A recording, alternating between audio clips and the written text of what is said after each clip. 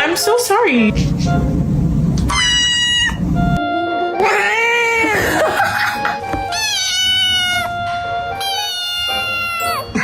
Oh, he's not happy.